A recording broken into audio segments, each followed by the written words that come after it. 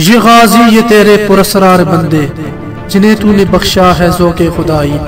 दो नींद की ठोकर से सहरा हो दरिया, सिमट कर पहाड़ उनकी है बस सिराही।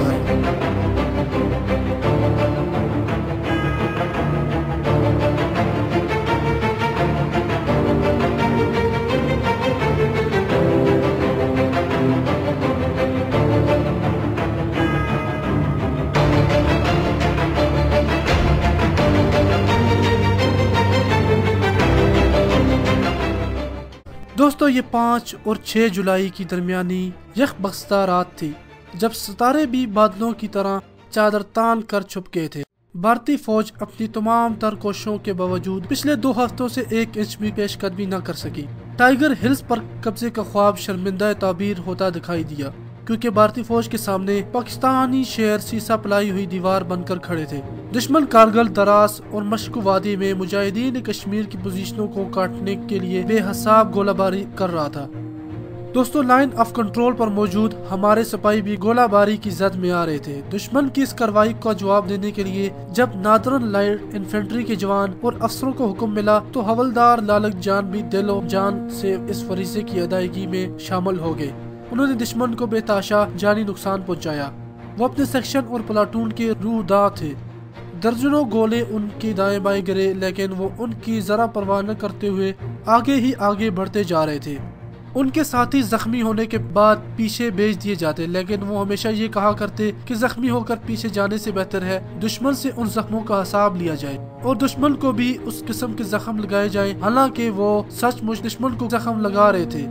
फिर जब दबाव ज्यादा बढ़ा तो वो अपने चंद साथियों के हमरा एक ऊंची पोजीशन पर चले गए। वहां से वो दुश्मन पर कारगर फायर करवाते रहे, ताहम दुश्मन ने उनकी पोजीशन को जांच लिया। गोलों की बछाड़ में एक गोला एन लालक जान की पोजीशन के ऊपर गिरा, उससे कई साथी शहीद हो गए। फिर दूसरा गोला आया तो लालक जान की दाएं टांग और बाएं बाजू को उड़ा दिया। उसने अपने एक साथी से कटी हुई टांग और उड़े हुए हाथ पर पट्टी बंधवा ली। दुश्मन अब उस पोजीशन पर धावा बोलना चाहता था। जब उस पोजीशन से मशीन गन का फायर जरा रुका तो दर्जनों भारतीय हमला आवर फौजी उस पोजीशन की तरफ बढ़े। जब वो रेंज में आए तो लालक जान ने बायां हाथ जो अभी सालम था उस मशीन गन से फायर खोल दिया। दोस्तों, जब वो करीब आते गए तो लालक जान को उनके आने का पता भी चल गया, तो लालक जान ने रींग कर मशीन गन का फायर खोल दिया। मशीन गन का पट्टा चल रहा था और गोलियां तड़ातड़ निकलकर दुश्मन के सिपाहियों को ढेर कर रही थी। फिर दुश्मन का एक और गोला आया और अब की बार एक और टुकड़ा लालक जान के पेट के दाएं तरफ जा लगा।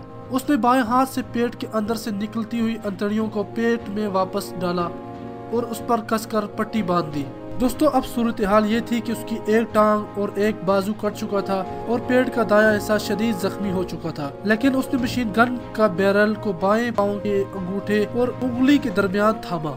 वो सीधा नहीं बैठ सकता था, इसलिए वो लेट गया, सर को जरा ऊंचा किए रखा। उसने एक कुर्सी को मशीन गन के ट्रिगर के साथ बांध दिया और दूसरे सिरे को अपनी गर्दन के ऊपर से गुजारकर बाएं हाथ में पकड़ लिया। दोस्तों, ये एक अजीब और गरीब पोजीशन थी। फौज के किसी ट्रेनिंग स्कूल में किसी फौजी को इस किस्म की पोजीशन में फायर करने की तरबियत नहीं दी जाती, लेकिन लालक जान तो पाकिस्तानी मर्द था। दोस्तों, सहरा और कोहसार जिन लोगों की तरबियत किया करते हैं उन्हें किसी और एकेडमी की तरबियत की ज्यादा जरूरत नहीं होती।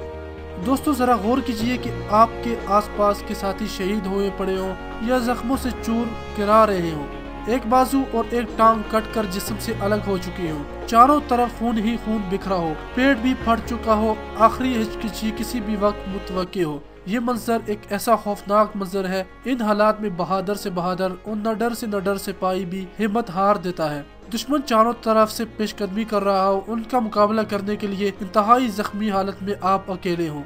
जिंदगी की आखिरी चंद सातों में भी आप अपने मिशन की तकमील और वतन अजीज की हिफाजत के लिए अपनी बाक़िमादा सांसें कुर्बान कर दें तो इससे बड़ी अजमत और सादत क्या होगी।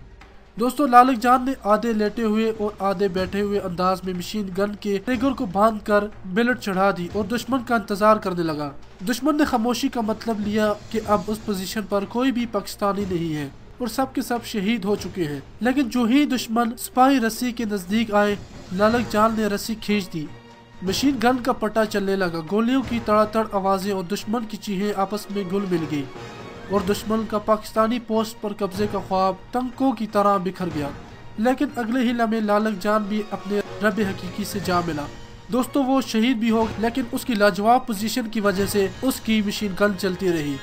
इस जुर्रत और बहादुरी के सिले में लालक जान को सबसे बड़ा एजाज निशान हैदर अता किया गया। इस तरह लालक जान पाक फौज का 10वां मुजाहिद है जिसको सबसे बड़ा फौजी एजाज से नवाजा गया।